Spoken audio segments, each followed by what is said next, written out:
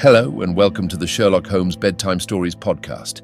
Each episode is a section from a classic Sherlock Holmes story with relaxing music to help you fall asleep. If you love the podcast and never miss an episode, please follow us on Spotify and Apple Podcasts and leave a 5-star rating. If our podcast has become a part of your bedtime routine, please consider supporting the show by clicking the link in the show notes. Our show is completely free, in part thanks to support from listeners like you. There are options to give one time or on a monthly basis. So sleep easier by clicking the Support This Podcast link in the show notes and become a supporter today. And as always, if you're enjoying the pod, please spread the word. Sharing with friends and family really does help. Thank you for joining us this evening.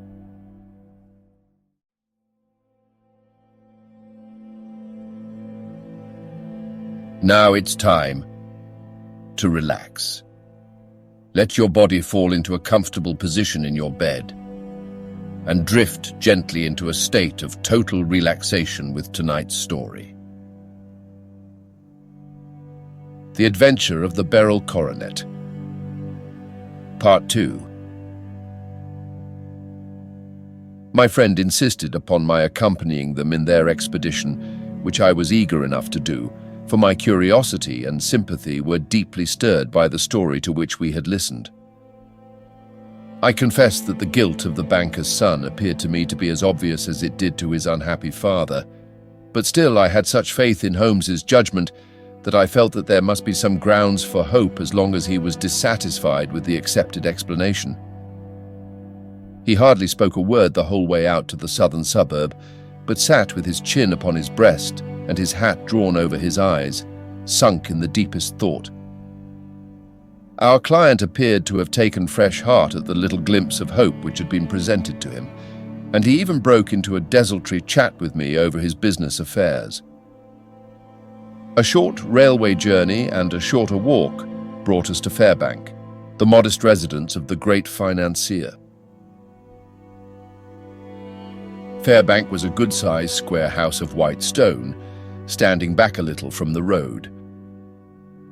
A double carriage sweep, with a snow-clad lawn stretched down in front to two large iron gates which closed the entrance. On the right side was a small wooden thicket which led into a narrow path between two neat hedges stretching from the road to the kitchen door and forming the tradesman's entrance. On the left ran a lane which led to the stables, and was not itself within the grounds at all, being a public though little used thoroughfare. Holmes left us standing at the door and walked slowly all round the house, across the front, down the tradesman's path, and so round by the garden behind into the stable lane. So long was he that Mr. Holder and I went into the dining room and waited by the fire until he should return. We were sitting there in silence when the door opened and a young lady came in. She was rather above the middle height, slim, with dark hair and eyes, which seemed the darker against the absolute pallor of her skin. I do not think that I have ever seen such deadly paleness in a woman's face. Her lips, too, were bloodless, but her eyes were flushed with crying. As she swept silently into the room, she impressed me with a greater sense of grief than the banker had done in the morning, and it was the more striking in her as she was evidently a woman of strong character, with immense capacity for self-restraint. Disregarding my presence, she went straight to her uncle and passed her hand over his head with a sweet, womanly caress. "You have given orders that Arthur should be liberated, have you not, Dad?" she asked. No, my girl, the matter must be probed to the bottom." "But I am so sure that he is innocent." "You know what woman's instincts are. I know that he has done no harm and that you will be sorry for having acted so harshly." "Why is he silent, then, if he is innocent?" "Who knows? Perhaps because he was so angry that you should suspect him." "How could I help suspecting him when I actually saw him with the coronet in his hand?" No, but he had only picked it up to look at it. Oh, do take my word for it that he is innocent. Let the matter drop and say no more. It is so dreadful to think of our dear Arthur in prison. I shall never let it drop until the gems are found, never, Mary. Your affection for Arthur blinds you as to the awful consequences to me. Far from hushing the thing up, I have brought a gentleman down from London to inquire more deeply into it. This gentleman? She asked, facing round to me. No, his friend. He wished us to leave him alone. He is round in the stable lane now. The stable lane? She raised her dark eyebrows. What can he hope to find there? Ah, this, I suppose, is he. I trust, sir, that you will succeed in proving what I feel sure is the truth, that my cousin Arthur is innocent of this crime. I fully share your opinion, and I trust with you that we may prove it, returned Holmes, going back to the mat to knock the snow from his shoes. I believe I have the honor of addressing Miss Mary Holder. Might I ask you a question or two? Pray do, sir, if it may help to clear this horrible affair up. You heard nothing yourself last night? Nothing, until my uncle here began to speak loudly. I heard that, and I came down. You shut up the windows and doors the night before. Did you fasten all the windows? Yes. Were they all fastened this morning? Yes. You have a maid who has a sweetheart. I think that you remarked to your uncle last night that she had been out to see him. Yes, and she was the girl who waited in the drawing room and who may have heard Uncle's remarks about the coronet. I see.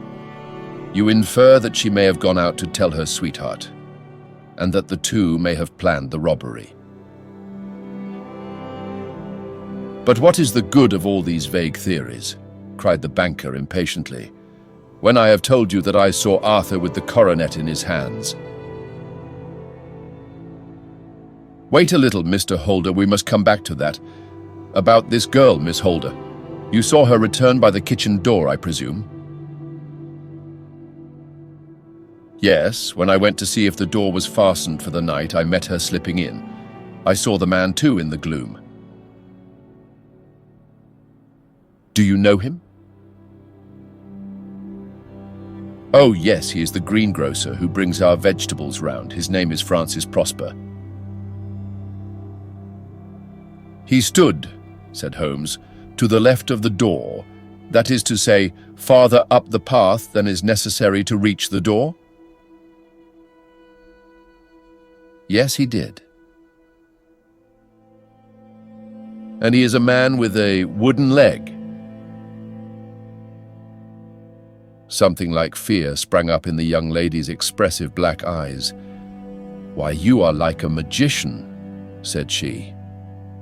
How do you know that? She smiled, but there was no answering smile in Holmes's thin, eager face. I should be very glad now to go upstairs, said he. I shall probably wish to go over the outside of the house again. Perhaps I had better take a look at the lower windows before I go up. He walked swiftly round from one to the other, pausing only at the large one which looked from the hall onto the stable lane. This he opened and made a very careful examination of the sill with his powerful magnifying lens. Now we shall go upstairs, said he at last. The banker's dressing room was a plainly furnished little chamber with a grey carpet, a large bureau, and a long mirror. Holmes went to the bureau first and looked hard at the lock. Which key was used to open it? He asked. That which my son himself indicated. That of the cupboard of the lumber room. Have you it here? That is it on the dressing table. Sherlock Holmes took it up and opened the bureau. It is a noiseless lock, said he. It is no wonder that it did not wake you. This case, I presume, contains the coronet. We must have a look at it. He opened the case and, taking out the diadem, he laid it upon the table. It was a magnificent specimen of the jeweller's art, and the 36 stones were the finest that I have ever seen. At one side of the coronet was a cracked edge, where a corner holding 3 gems had been torn away. Now, Mr. Holder, said Holmes, here is the corner which corresponds to that which has been so unfortunately lost. Might I beg that you will break it off? The banker recoiled in horror. I should not dream of trying, said he. Then I will. Holmes suddenly bent his strength upon it, but without result. I feel it give a little, said he. But though I am exceptionally strong in the fingers, it would take me all my time to break it. An ordinary man could not do it. Now, what do you think would happen if I did break it, Mr. Holder? There would be a noise like a pistol shot. Do you tell me that all this happened within a few yards of your bed and that you heard nothing of it? I do not know what to think. It is all dark to me. But perhaps it may grow lighter as we go. What do you think, Miss Holder? I confess that I still share my uncle's perplexity. Your son had no shoes or slippers on when you saw him. He had nothing on save only his trousers and shirt. Thank you. We have certainly been favored with extraordinary luck during this inquiry, and it will be entirely our own fault if we do not succeed in clearing the matter up. With your permission, Mr. Holder, I shall now continue my investigations outside.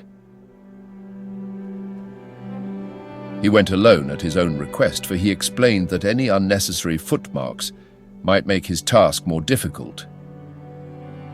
For an hour or more he was at work, returning at last with his feet heavy with snow and his features as inscrutable as ever. I think that I have seen now all that there is to see, Mr. Holder, said he. I can serve you best by returning to my rooms. But the gems, Mr. Holmes, where are they? I cannot tell. The banker wrung his hands. I shall never see them again, he cried. And my son, you give me hopes. My opinion is in no way altered. Then for God's sake, what was this dark business which was acted in my house last night? If you can call upon me at my Baker Street rooms tomorrow morning between 9 and 10, I shall be happy to do what I can to make it clearer. I understand that you give me carte blanche to act for you, provided only that I get back the gems and that you place no limit on the sum I may draw. I would give my fortune to have them back. Very good. I shall look into the matter between this and then. Goodbye. It is just possible that I may have to come over here again before evening. It was obvious to me that my companion's mind was now made up about the case, although what his conclusions were was more than I could even dimly imagine. Several times during our homeward journey I endeavored to sound him upon the point, but he always glided away to some other topic until at last I gave it over in despair. It was not yet 3 when we found ourselves in our rooms once more. He hurried to his chamber and was down again in a few minutes, dressed as a common loafer. With his collar turned up, his shiny, seedy coat, his red cravat, and his worn boots, he was a perfect sample of the class. "I think that this should do," said he, glancing into the glass above the fireplace. "I only wish that you could come with me, Watson, but I fear that it won't do. I may be on the trail in this matter, or I may be following a will-o'-the-wisp, but I shall soon know which it is. I hope that I may be back in a few hours." He cut a slice of beef from the joint upon the sideboard, sandwiched it between 2 rounds of bread, and thrusting this rude meal into his pocket, he started off upon his expedition. I had just finished my tea when he returned, evidently in excellent spirits, swinging an old elastic-sided boot in his hand. He chucked it down into a corner and helped himself to a cup of tea. "I only looked in as I passed," said he. "I am going right on." "Where to?" "Oh, to the other side of the West End. It may be some time before I get back. Don't wait up for me in case I should be late." "How are you getting on?" "Oh, so-so. Nothing to complain of. I have been out to Streatham since I saw you last, but I did not call at the house. It is a very sweet little problem, and I would not have missed it for a good deal. However, I must not sit gossiping here, but must get these disreputable clothes off and return to my highly respectable self." I could see by his manner that he had stronger reasons for satisfaction than his words alone would imply. His eyes twinkled, and there was even a touch of color upon his sallow cheeks. He hastened upstairs, and a few minutes later I heard the slam of the hall door, which told me that he was off once more upon his congenial hunt. I waited until midnight, but there was no sign of his return, so I retired to my room. It was no uncommon thing for him to be away for days and nights on end when he was hot upon a scent, so that his lateness caused me no surprise. I do not know at what hour he came in, but when I came down to breakfast in the morning, there he was with a cup of coffee in one hand and the paper in the other, as fresh and trim as possible.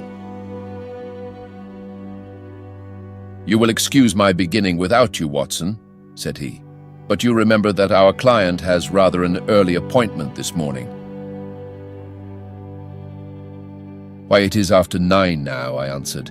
"I should not be surprised if that were he. I thought I heard a ring."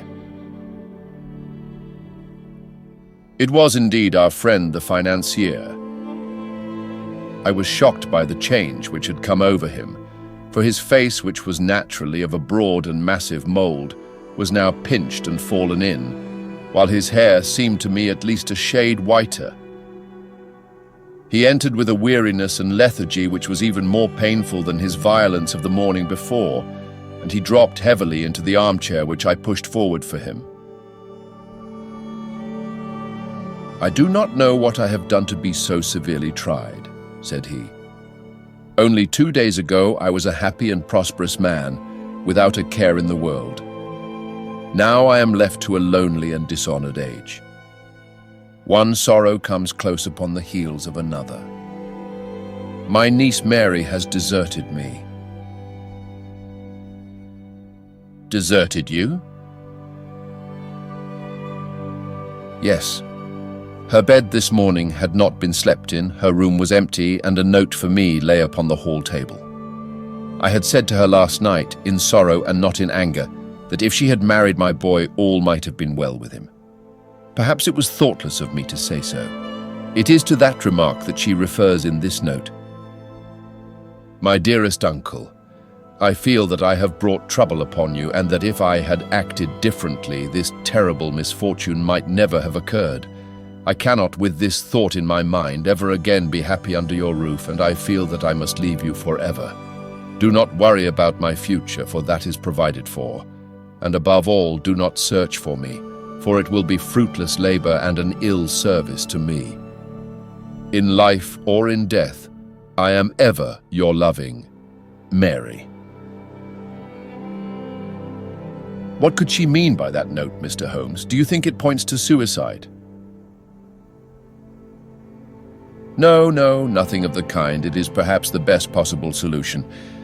I trust, Mr. Holder, that you are nearing the end of your troubles. Huh? You say so? You have heard something, Mr. Holmes. You have learned something. Where are the gems? You would not think £1,000 apiece an excessive sum for them? I would pay 10. That would be unnecessary. 3,000 will cover the matter, and there is a little reward, I fancy. Have you your checkbook? Here is a pen. Better make it out for £4,000.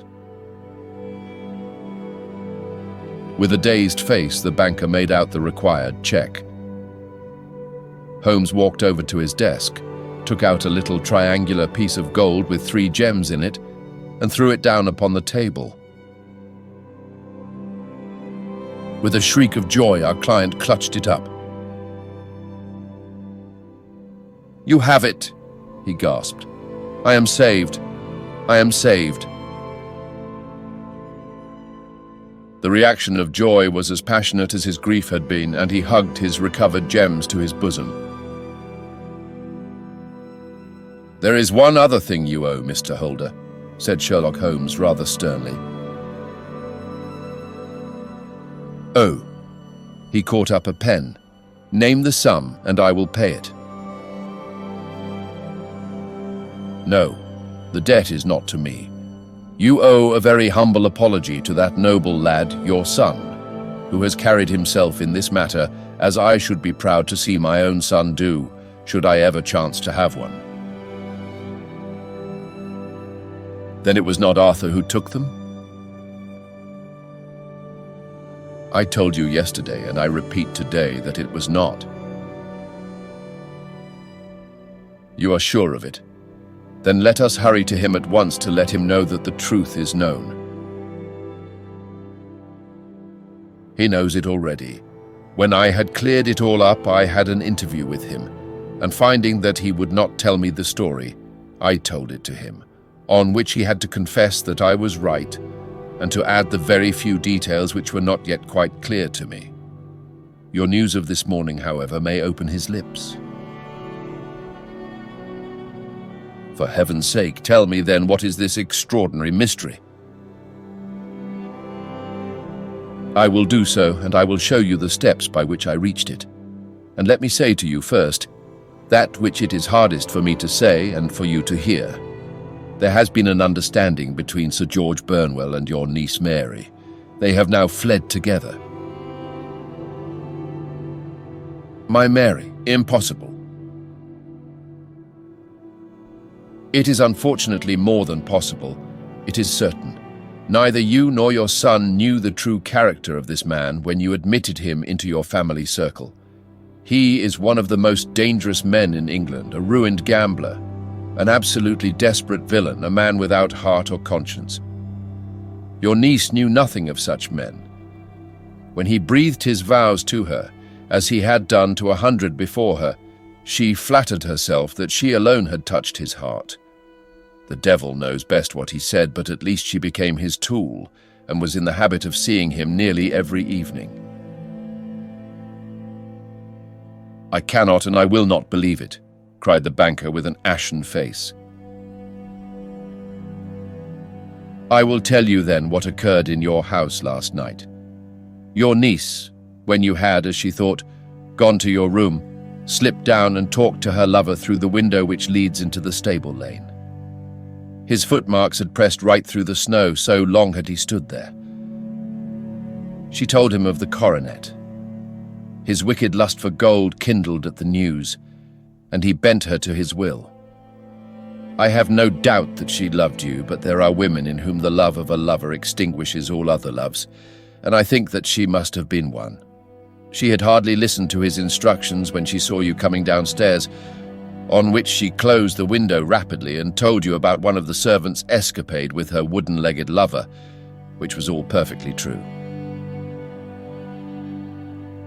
Your boy Arthur went to bed after his interview with you, but he slept badly on account of his uneasiness about his club debts.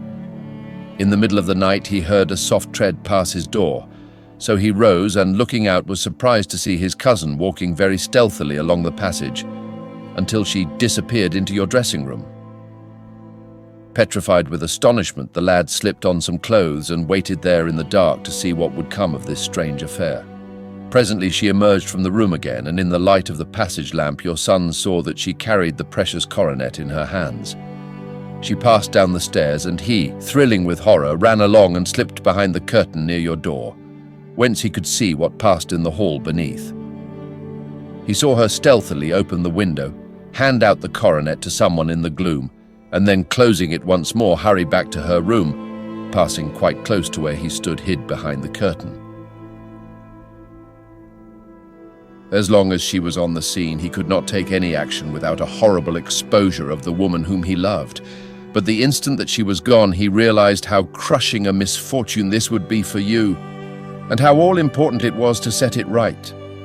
He rushed down just as he was in his bare feet, opened the window, sprang out into the snow, and ran down the lane where he could see a dark figure in the moonlight.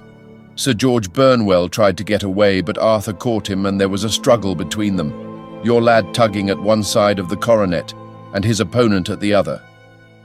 In the scuffle, your son struck Sir George and cut him over the eye. Then something suddenly snapped, and your son, finding that he had the coronet in his hands, rushed back, closed the window, ascended to your room, and had just observed that the coronet had been twisted in the struggle and was endeavoring to straighten it when you appeared upon the scene. "Is it possible?" gasped the banker. You then roused his anger by calling him names at a moment when he felt that he had deserved your warmest thanks. He could not explain the true state of affairs without betraying one who certainly deserved little enough consideration at his hands. He took the more chivalrous view, however, and preserved her secret. "And that was why she shrieked and fainted when she saw the coronet," cried Mr. Holder. "Oh my God, what a blind fool I have been, and his asking to be allowed to go out for 5 minutes. The dear fellow wanted to see if the missing piece were at the scene of the struggle. How cruelly I have misjudged him." "When I arrived at the house," continued Holmes, "I at once went very carefully round it to observe if there were any traces in the snow which might help me. I knew that none had fallen since the evening before, and also that there had been a strong frost to preserve impressions. I passed along the tradesman's path, but found it all trampled down and indistinguishable. Just beyond it, however, at the far side of the kitchen door, a woman had stood and talked with a man, whose round impressions on one side showed that he had a wooden leg. I could even tell that they had been disturbed, for the woman had run back swiftly to the door, as was shown by the deep toe and light heel marks, while wooden leg had waited a little, and then had gone away. I thought at the time that this might be the maid and her sweetheart, of whom you had already spoken to me, and inquiry showed it was so. I passed round the garden without seeing anything more than random tracks, which I took to be the police. But when I got into the stable lane, a very long and complex story was written in the snow in front of me. There was a double line of tracks of a booted man, and a second double line which I saw with delight belonged to a man with naked feet. I was at once convinced from what you had told me that the latter was your son. The first had walked both ways, but the other had run swiftly, and as his tread was marked in places over the depression of the boot, it was obvious that he had passed after the other. I followed them up and found they led to the hall window where Boots had worn all the snow away while waiting. Then I walked to the other end, which was 100 yards or more down the lane. I saw where Boots had faced round, where the snow was cut up as though there had been a struggle, and finally where a few drops of blood had fallen to show me that I was not mistaken. Boots had then run down the lane, and another little smudge of blood showed that it was he who had been hurt. When he came to the high road at the other end, I found that the pavement had been cleared, so there was an end to that clue. On entering the house, however, I examined, as you remember, the sill and framework of the hall window with my lens, and I could at once see that someone had passed out. I could distinguish the outline of an instep where the wet foot had been placed in coming in. I was then beginning to be able to form an opinion as to what had occurred. A man had waited outside the window. Someone had brought the gems. The deed had been overseen by your son. He had pursued the thief, had struggled with him. They had each tugged at the coronet, their united strength causing injuries which neither alone could have effected. He had returned with the prize, but had left a fragment in the grasp of his opponent. So far I was clear. The question now was, who was the man, and who was it brought him the coronet? It is an old maxim of mine that when you have excluded the impossible, whatever remains, however improbable, must be the truth. Now I knew that it was not you who had brought it down, so there only remained your niece and the maids. But if it were the maids, why should your son allow himself to be accused in their place? There could be no possible reason. As he loved his cousin, however, there was an excellent explanation why he should retain her secret, the more so as the secret was a disgraceful one. When I remembered that you had seen her at that window and how she had fainted on seeing the coronet again, my conjecture became a certainty. And who could it be who was her confederate? A lover, evidently, for who else could outweigh the love and gratitude which she must feel to you? I knew that you went out little, and that your circle of friends was a very limited one, but among them was Sir George Burnwell. I had heard of him before as being a man of evil reputation among women. It must have been he who wore those boots and retained the missing gems. Even though he knew that Arthur had discovered him, he might still flatter himself that he was safe, for the lad could not say a word without compromising his own family. Well, your own good sense will suggest what measures I took next. I went in the shape of a loafer to Sir George's house, managed to pick up an acquaintance with his valet, learned that his master had cut his head the night before, and finally, at the expense of 6 shillings, made all sure by buying a pair of his cast-off shoes. With these, I journeyed down to Streatham and saw that they exactly fitted the tracks. I saw an ill-dressed vagabond in the lane yesterday evening, said Mr. Holder. Precisely, it was I. I found that I had my man, so I came home and changed my clothes. It was a delicate part which I had to play then, for I saw that a prosecution must be avoided to avert scandal, and I knew that so astute a villain would see that our hands were tied in the matter. I went and saw him. At first, of course, he denied everything. But when I gave him every particular that had occurred, he tried to bluster and took down a life-preserver from the wall. I knew my man, however, and I clapped a pistol to his head before he could strike. Then he became a little more reasonable. I told him that we would give him a price for the stones he held, £1,000 apiece. That brought out the first signs of grief that he had shown. "Why, dash it all," said he, "I've let them go at 600 for the 3. I soon managed to get the address of the receiver who had them on promising him that there would be no prosecution. Off I set to him, and after much chaffering I got our stones at £1,000 apiece. Then I looked in upon your son, told him that all was right, and eventually got to my bed about 2 o'clock after what I may call a really hard day's work. A day which has saved England from a great public scandal," said the banker, rising. "Sir, I cannot find words to thank you, but you shall not find me ungrateful for what you have done. Your skill has indeed exceeded all that I have heard of it, and now I must fly to my dear boy to apologize to him for the wrong which I have done him. As to what you tell me of poor Mary, it goes to my very heart. Not even your skill can inform me where she is now." "I think that we may safely say," returned Holmes, "that she is wherever Sir George Burnwell is. It is equally certain, too, that whatever her sins are, they will soon receive a more than sufficient punishment.